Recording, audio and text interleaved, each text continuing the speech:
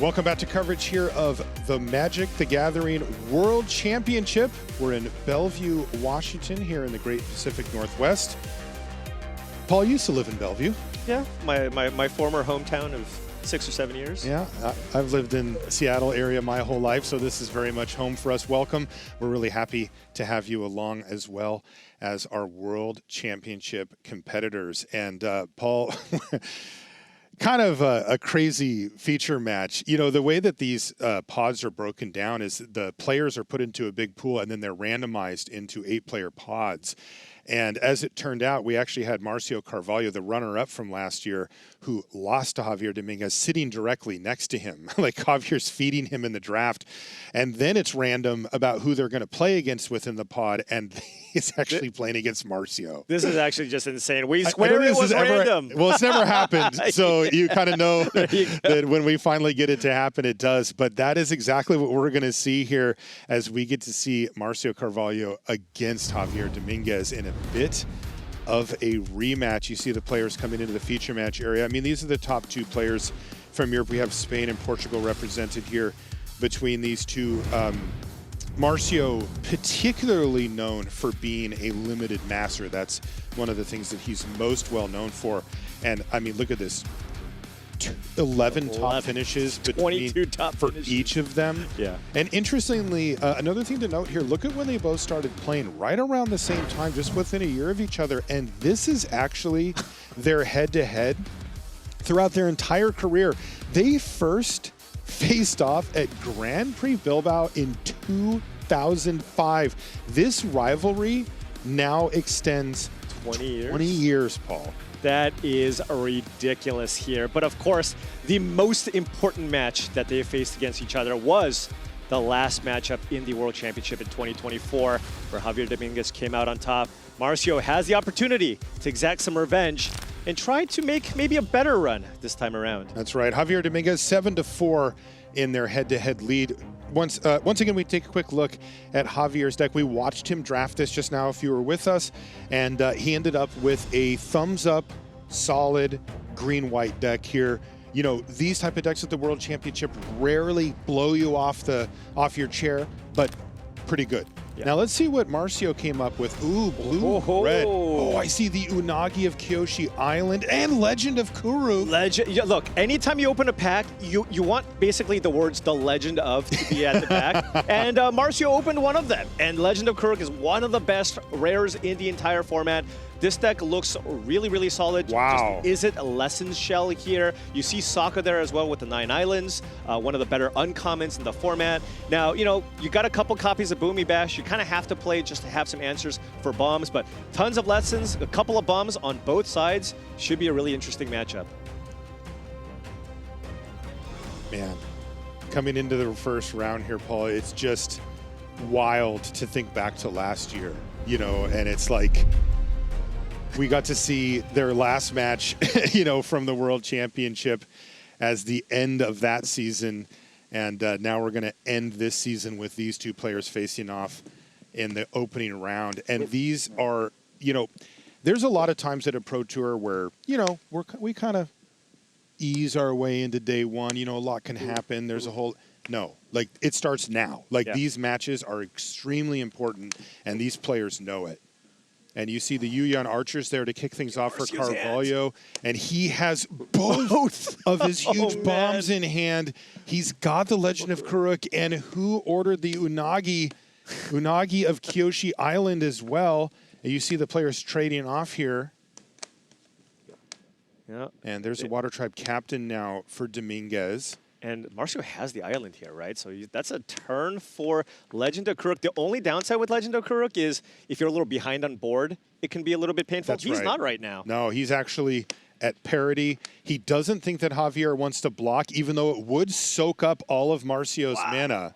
Yeah, it would take up because right now it doesn't have firebending. There's no lessons. Exactly. So he would. This is Marcio saying, "I want 1 damage off of you." And he gets it through every point of damage, and this is why. And he's going to go, boom, Legend of Kuruk. And look at Javier. He says, I could have blocked and held it off. You played a rare. That's unbelievable.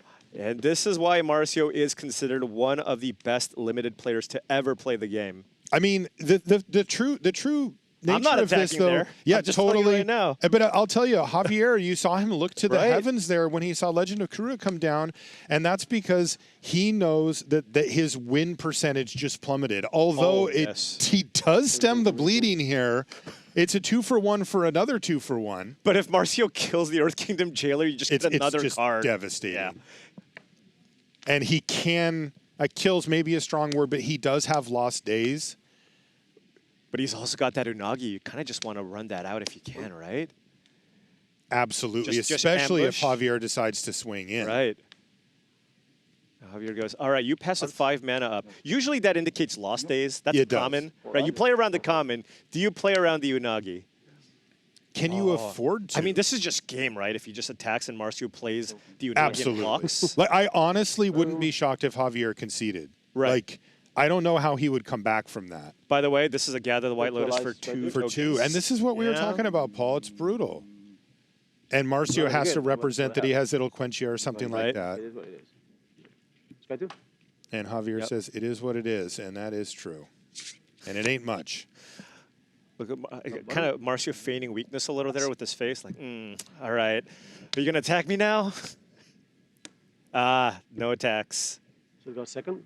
Oh, this is so many cards. Oh, my goodness. Okay. Yeah, Javier's buried here. And, it's tough because these curve-out green-white decks, like, they're not known for comebacks. No, right? no. This is what it is, right?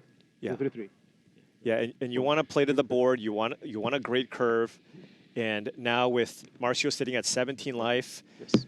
3 triggers off the Legend of Karuk. He's getting another one so now. much. So yeah, It's like Turbo Legend. he's scryed 6 and drawn 3 cards so far. So it's just basically like, what do you want? Right, exactly. And Javier shakes his head. Yeah, and when that thing flips, I mean, the game ends very, very quickly. You just start creating an army of effectively unblockable spirit tokens. It has the clause you can block with other spirits. There's like 3 spirits in the entire set or something Right. along It's those lines. almost only just other tokens. Right. Yeah. And Javier's not going to be making any of those this game. Yeah, when your opponent has Legend of Karuk and is ready to fire off the Unagi of Kyoshi Island, and you look down at Saber-Tooth Moose Lion, you question your life decisions. Right. Not that Javier could have done anything about it, but like that's a rough spot to be in. Yeah, this is also kind of interesting here for Marcio's side. Now that he has a lesson in the graveyard, he can attack Firebend, and then if you just think, well, Javier's already playing around this Unagi or something, just going to use that mana possibly to just like attack and then flash in the Unagi with the mana. This is another spot, Yeah. where Marcio is just going to be maximally efficient here. He's just going to play Giant Koi. Yeah, and now the Legend of Kuruk has flipped. Every spell you cast now, you get to make Basically, an we make it, right? unblockable 1/1 spirit token. Yeah, not gonna lie. And Javier's reading the bad news there. Just start casting some things, making an army of tokens here. Yeah. And he's just done. You can't He's beat like, it. all right. No. There's no sweeper coming here Yeah. for Javier, and he's not going to be able to come back. The hilarious part, Marcio think won most that hands are with the both. Unagi of Kyoshi Island in hand, never even had to play it. Don't have to. I mean, Legend of Kuruk is just one of the best rares. If that thing stays in play, I mean, it's just going to run away with the game. Boy, that was a beating. Holy That was. smokes. The revenge of Marcio is well underway here. But Marcio keeping a fairly slow hand here could get punished here. Javier does have a great curve, as you can see. Turn 2 Compassionate Healer into turn 3 Avatar Enthusiast with Hakoda if you can find Man, a land. Marcio's so lucky. See what he drew? A 2-drop? Yep. Oh my. The good one, too. That The is a one that good can one. block. Yeah. Oh, man. Forecasting Fortune Teller off the top on turn 2 here for Marcio is 21, critical. That one. That's the type of card that changes this slow draw from like, uh-oh, to totally fine. Yeah, and Javier basically will bottom anything that's not a land here. It looks like it's one of his better cards. I think that's an Allies at Last. Okay. But, actually chooses to keep it here. Okay, I mean, it is an extremely, one of his best cards, actually, in his deck. So, using that as an interactive spell.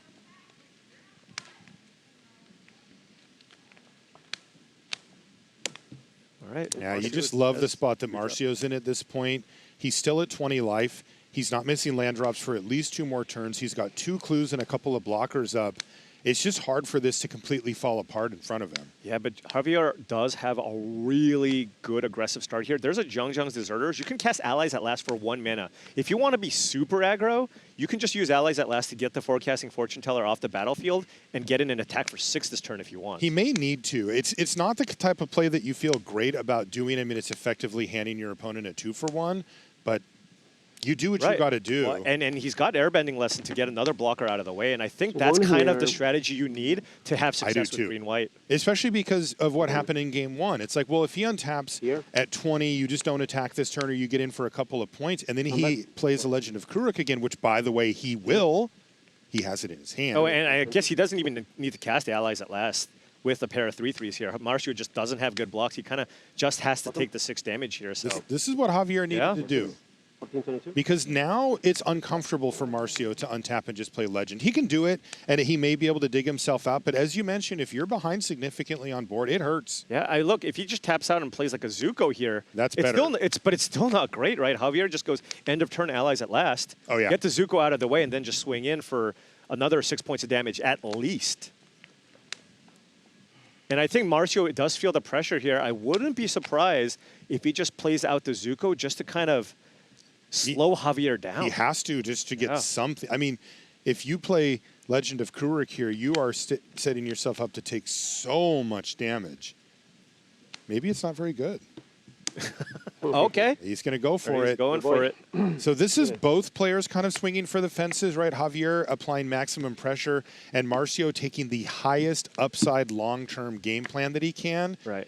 And he's going to take a beating this turn. Yeah, it's going to be a good amount of damage. Javier did scry something to the bottom. Really would love land number 4 here to just slam Hakoda Selfless Commander onto the battlefield next turn. How many Oh, look numbers at do you have? this. This is, again, maximum aggression now from Javi. Which one? So he's going to kill a blocker, and he's verbalizing which one, though? I'm guessing the Fortune Teller, right? Like you're the aggressor. You just want to get the most stats off the battlefield here. If we're in a position where Marcio is starting to attack you with Messenger Hawk, you're kind of losing. Yeah. The other, he didn't go okay. for it. All The right. other reason to go for the Fortune Teller is that if you do Airbending Lesson, you know, a little bit better to have that smaller Hawk come down Sure. later. Sure. Just less toughness, Yeah, right? yeah, yeah. This is still a lot for Marcio. Needs to find an interactive spell here. And he off did. of the Legend. He found Boomy Bash with Okay. the first trigger. But he's down to 7 here. Yeah. Even if you kill the Avatar Enthusiast, you're still just facing so much damage here. And he's, depending on, yeah, okay, there's no play, Yeah. so he can kill the Enthusiast, but there's a world where he couldn't. Yeah, and that's the thing with Boomy Bash. Like, you play it because you have to, but it is a very inefficient removal spell. Oftentimes, you're trading down on mana to kill something with that spell. I mean, he has to double spell this turn, right? He has to, or he's just because Javier can just cast Airbending Lesson just to get the Forecasting Fortune Teller off the battlefield and attack for lethal. Yeah, just the Boomy Bash is not going to be enough. He's resolving his scry ability. He is going to keep one of those cards, but what is it? Is it like he needs like a? It's a Firebending Ascension. Lesson? It's Firebender Ascension? Yeah, Firebender Ascension. Yeah, that's just a 2-mana 2/2 on this board. So he can go War Balloon, but it won't be in the air plus No. Firebender Ascension. So he can't double spell. No, he can, and I think that means Javier can probably just take this one down. Wow. What an I mean, just Pedal just to 3 metal. lands, right? And had everything. And this is the power of Allies at Last. 1 mana to basically kill anything you want. Javier and Marcio have used up all their mana every turn thus far. Yeah, and it's They crazy don't how really bash, being but- on the draw and it's just not close, right? It's not really close at all.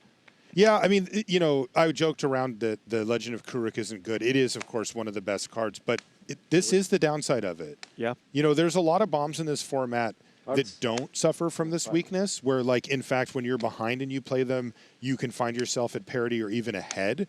Legend of Kuruk's one of the ones that doesn't do that. So one card Javier's concerned about here is Octopus Form. Yeah. Marcio Carvalho has 1 blue mana up. He has the win here if Marcio doesn't have Octopus Form. So he's thinking, do I play Airbending Lesson just to go for the win now? Or, you know, what's the likelihood that I lose if I just play Hakoda and just make a big attack this turn? That's far safer to do. And I believe Marcio does have 1 copy of Octopus Form in his deck. Not in the hand, but Javier doesn't know that. He's trying to decide if he goes all in right now and tries to win the game or if he stages it out over 2 turns. Yeah. What could go wrong if he waits? A lot, right? Marcio's seen 2 cards a turn for the last 2 turns. He'll have 6 mana available. Right. That's a double spell waiting to happen, and that is how a board state like this could fall apart for Javier. He may just go for it. No, I do. Yeah, so this is the safer line for sure. It is. Because you're still getting in for 4 points of damage. Marcio goes down to 3, and you're still adding a permanent to the battlefield. That also just protects everything else. That's true. That does make it a lot harder. Although, you know, if you have to sacrifice your best creature, you know. Right. It's not like he's facing a sweeper here. Yeah. But Hakoda Now is Marcio, excellent. Marcio goes, well, Yes. probably just has to block a 3/3 here. I mean, Marcio is certainly considering just bouncing off the Zhang's Deserters. That would make him go down to 1 because Javier didn't play land number 5. Or actually, he played land number 4 this turn. But yeah, just preserving the life total here. Legend of Kruik does go off. But notably, when you're behind, it's not that strong No. because you make a bunch of 1/1 tokens, but they're unable to actually block. Exactly. So there's Hakoda hitting the battlefield, and Marcio just shakes his head. This is a reversal of what we saw in the first game, where Javier was like, yeah, I can't beat that. And Marcio's kind of looking in the same way. He's going, yeah, you just have it all. Hit your land drop that time and played a nice 3/5 Hakoda Selfless Commander. There's land number 6. There's just not enough here, I don't think, for Marcio. He's got to play, 3 creatures, or at least 2 creatures, rather, to prevent himself from just dying this turn. And remember, we also know that Javier does have airbending less in hand, too. -1 creature, whatever it ends up being. So, Yeah, I mean, Javier has this thing in the bag. You can just cleanly kill the token from the Firebender Ascension if Marcio plays that this turn. And it feels like that is part of the equation here. He is gated to 2 spells. Just 2 spells. He might tap out, actually. He might just go... Yeah, and then it's GG. Right, Firebender Ascension plus Zuko, right? Just maximize the mana that you have. And then Javier just fires off the Airbending Ascension and gets in for 3 points of damage. Because if he does that and that board state were to stay intact, that would actually keep him alive. Yeah. It's just, that's not how You this could is also gonna go. play the balloon. It's got a crew cost, and you make a token. Yeah, I think it's 3 or something. Yeah, okay. Yeah, and now Javier knows he 100% Right. has the win on this board. Again, those spirits cannot block non-spirits, so they're not real as far as blocking board state goes. Yeah, And there we go. Airbending lesson, just take it out. And off we go to game number 3. It's really funny, the reversal, if you look at our players, you know, same reaction, right? In the first one, you saw Javier kind of just giving that half of a head shake going, well, I don't know what I'm supposed to do about that. And Marcio felt how close that one was in a similar fashion. Ooh, Javier keeping Ooh, a double very flame. interesting. If he draws a forest and plays that turn 2, I think he just wins this game probably because he can play Raucous Audience into Earth King turn 3. But that's a double Planeskeep here from Javier. He needs that forest. Forest off the top. Oh, no forest. Brutal. That's such a huge swing for him. Right.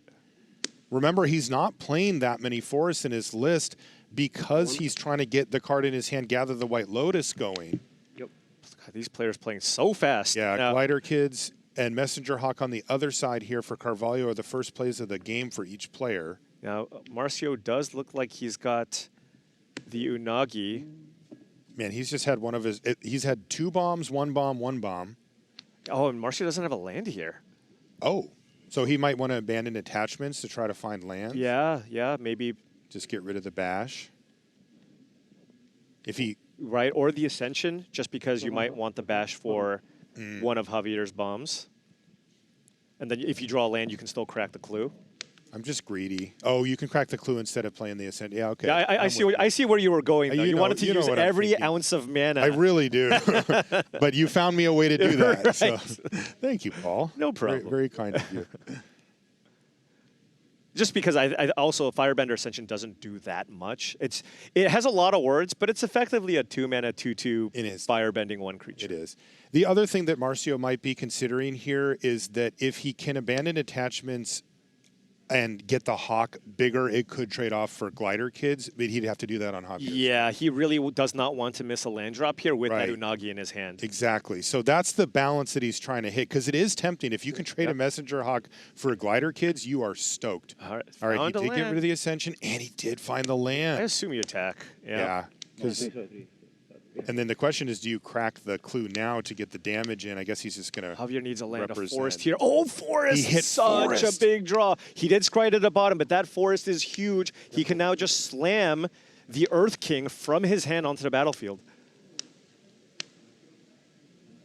You don't really want to fire off an Earth Kingdom Jailer here on the Hawk. It's not really doing that much anyways, but yeah, that is huge. Now, remember, Marcio does have It'll Quencha. Javier perhaps concerned about that. Very concerned about that. Like he Most people slam it. You see Marcio's hand, you just slam it. totally, but remember, Marcio chose not to crack the clue, right? So he is representing something. It could have been 2 extra damage. That Right. could matter. Well, so then what?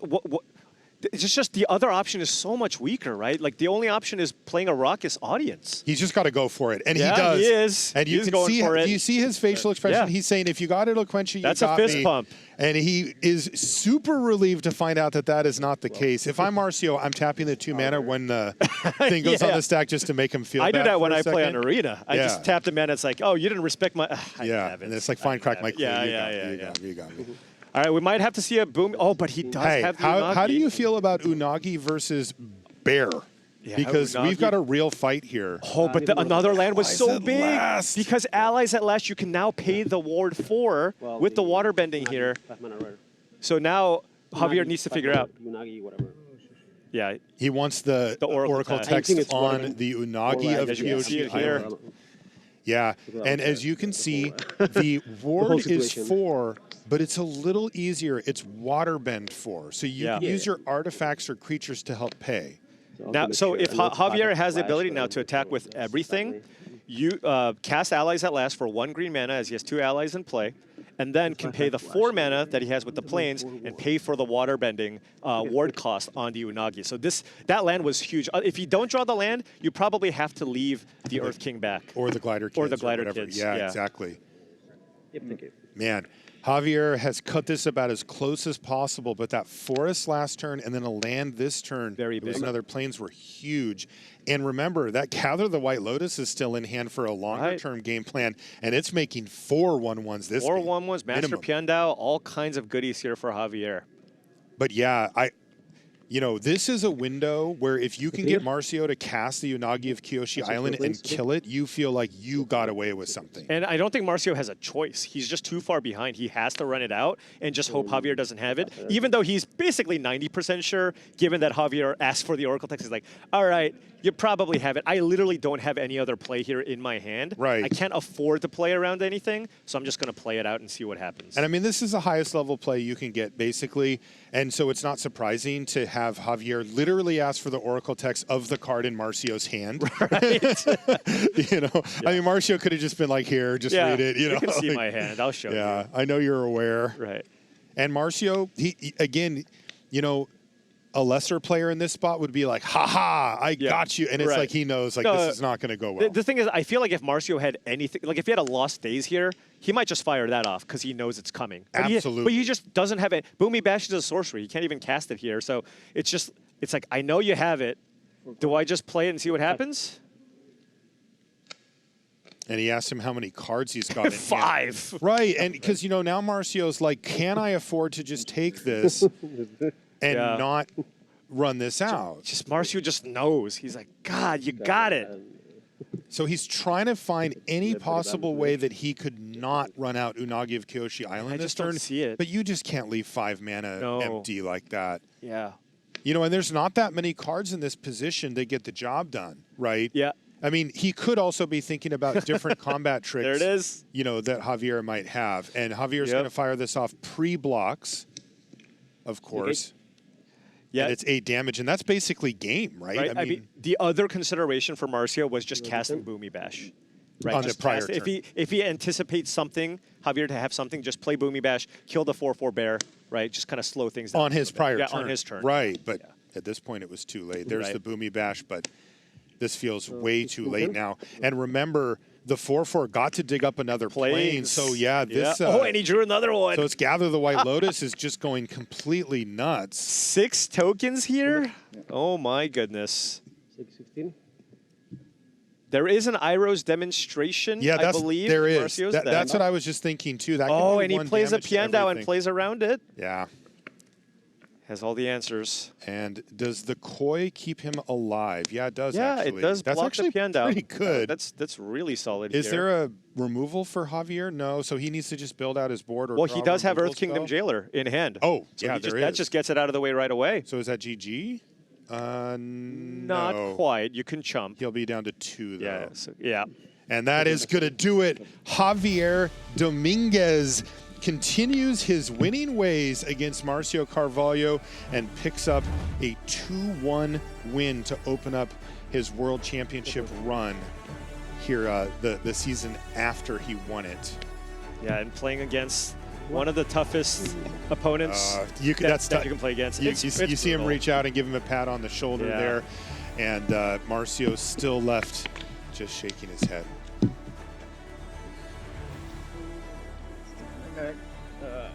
Good luck, trio. Yeah, I will try, man. Let's see in the finals.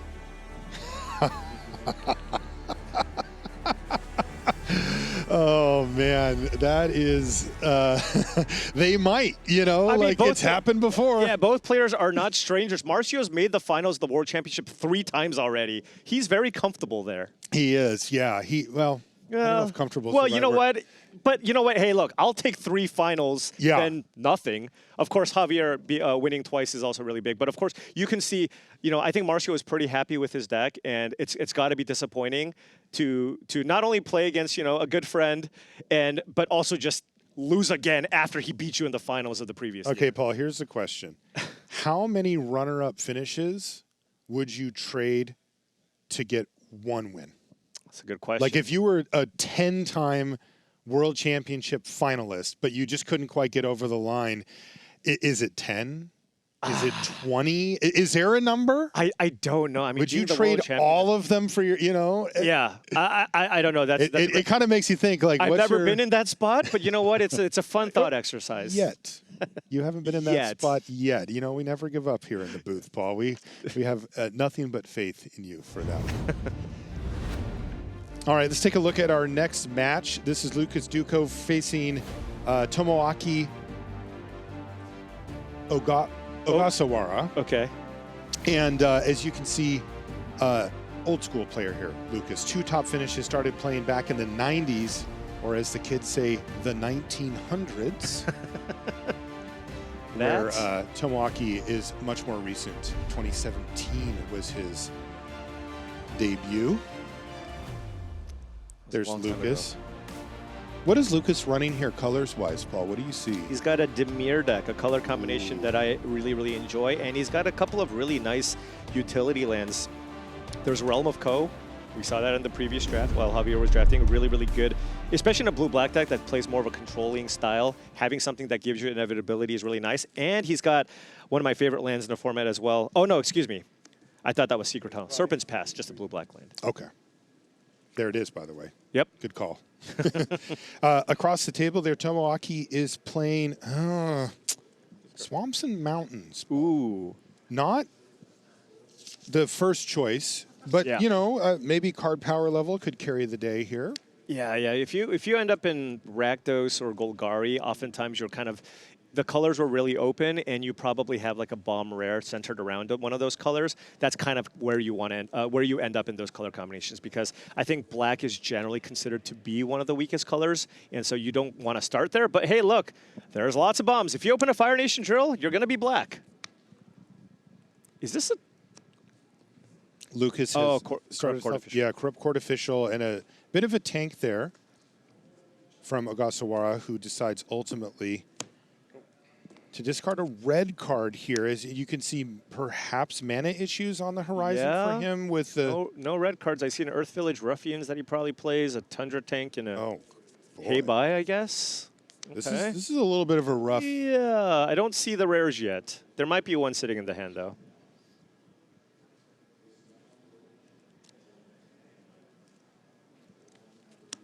Oh, runs out the tank here, setting up. Wow. Does have a crew cost of 1. So you get to set up for a really nice blocker here. Oh, that's Foggy Swamp Hunters. Huh. So not exactly an all-star lineup of cars on the battlefield currently. I mean, Right. the Crop Court official does good work, but Yeah. Foggy Swamp Hunters is not, it's kind of a lower tier card. But, we mentioned it during the draft, Paul, like you don't get to pick all the great stuff. Yeah. And that is one of the big issues with the color black is the 3 and 4 mana creatures are really bad. There's just nothing that you're kind of happy playing with at common. So you're kind of stuck having to play some Pirate Peddlers and Foggy Swamp Hunters just because you need to still play a curve. Yeah, Tomoaki there deciding where to put the counter, but he actually only has one choice. Right, the Fire Nation Engineer cannot target itself. Exactly, so he's going to throw it on the tank. All right, just a little racing situation here. No card draw, so no life gain. Oh, and he's going to go for full price on the Deadly Precision, but of course, Tomoaki can just play another creature and attack for 5 here if he wants. I mean, this tank is kind of getting in for a lot. It is. It's hitting pretty hard, but if Lucas Duchow just finds any way to draw a card here, can really swing that race back with the Foggy Swamp Hunters. All right, beat downs. And Tomoaki with an Oasis there might just be playing it for a sacrifice effect. Not sure if he's actually splashing something.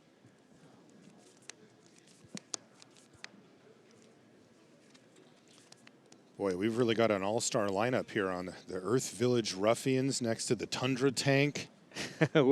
Staring at Foggy a Swamp Hunters. It's a real showdown. Hey. I love it. I mean, it really does show, the scrappy nature of the decks that emerge from pods with really great players across the table. And this is where you have to know these archetypes on a deeper level. It's not just like, here's all the cards you want. It's like, well, what happens when those aren't there and you need to run an Earth Village Ruffians? Not that it, because cards like that, they're fine. Are fine, right? They're just below the curve of the other cards. They're not as good relative to the others, but it's like, I mean, look at it. That's a fine Magic card, right? Yeah, no, it's just, the power creep is a thing, right? The creatures just get more powerful, spells get more powerful over time. And I think the big thing, too, is it's not an ally, right? That actually matters a lot of the time as well. So much. And also the sacrifice theme hasn't really been performing super well. This is the type of card that looks pretty nice as a thing to sacrifice, but just that archetype just hasn't been performing as well, which is why the Ruffians, it looks totally fine, but kind of has worse numbers than you would expect. Yeah, Luis and I talked about the black-white sacrifice deck on the podcast this week because it is actually well supported, but the payoffs are the hard part. Sure. You got to have the really good payoffs. The Phoenix Fleet Airship, that type of level of card. Coils of War. Right. That's actually it, by the way. Those are the two. Seriously, those are the ones that it's like, if you do that, it's actually worth it. If you don't, you end up more like in this place where you're trying to be mid-rangey, you're trying to be aggressive, but it's like kind of, you don't have the best tools for that. Yeah, I have noticed that with a couple of the archetypes. I mean, we don't see it here, but even look at the flying archetype. It doesn't really exist. It's not really much of a thing. No, it turns out the blue and white cards are good enough on their own as allies that like the flying twist wasn't really necessary. All right. Here's Heibai. Again, this is what we're talking about. It's a payoff. Right. It's just okay. Sure. Yeah, but look, Tomoaki was able to put a 5/5 in play and then gets to put 2 counters on the Oasis here, which is a nice combination, right? Because then, if you need to crack that Oasis, it comes back, you draw the card. It's a nice thing to have here. And, I mean, Lucas is currently sitting at 6 life here. Yeah, he's trying to fight back with his Realm of Ko on end step to make the 1/1 Spirit. But these Spirits have the same restrictions as the ones that we saw in our prior match. They can't block or be blocked by non-spirits. I do see a Deadly Precision in Lucas's hand. Oh, Heibai is a spirit. Is actually one of the very few spirits in this set. Oh, yeah, there's like Benevolent Spirit Keeper, Heibai. Oh.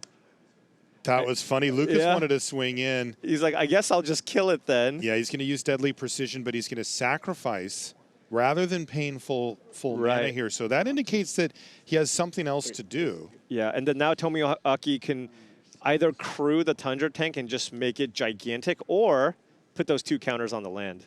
That's right.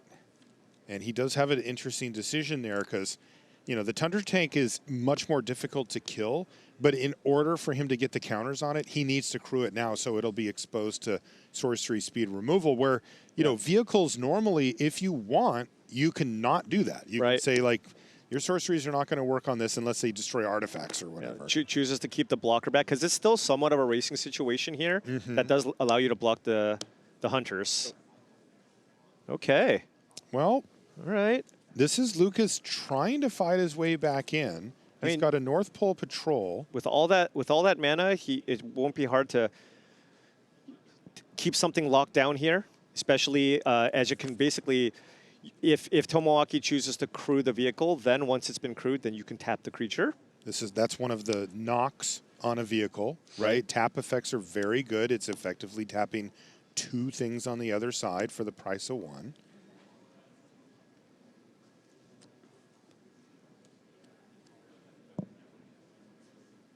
I see a Merchant of Many Hats, but I'm not sure what the red card is. Is it the land destruction card? It is. It more or less cycles, although in this position, it will actually keep Lucas from drawing a card, you know, at some point in this game. Yeah, and interesting, Tomoaki choosing the more aggressive line here because you could have gone after the Realm of Ko, which is a very annoying land to deal with if the game goes a little bit longer. So he must think that this game's not going to last that long. Right, because you can sacrifice that land, draw a card, and then attack with a life-linking creature, and maybe that's what he wants to try to prevent.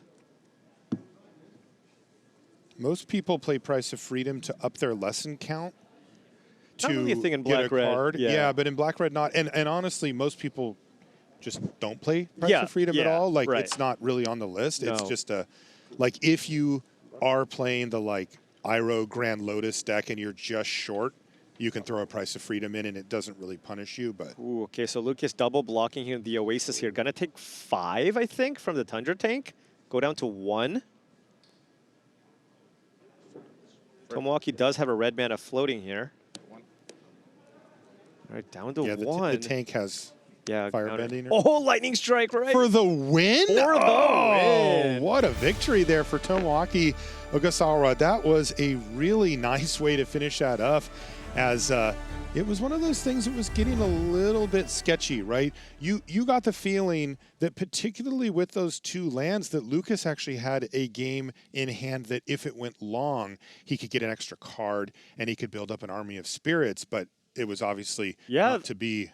You know, the tank is the type of card that you're usually not too happy playing. Oh, it's but terrible. It did so much work here. Lucas was holding that deadly precision for a while, but that is, I guess, the upside of having a vehicle where it actually just doesn't die to sorcery speed removal, and that tank basically just did 20 points of damage almost by itself. It was a tank, as it were. So really great stuff there to pick up the victory, especially against a very, very tough opponent in Lucas Duchow as well. All right, well, we're going to take a short break here from Bellevue. When we come back, we'll be back at the news desk setting up our next round of action. Don't go anywhere.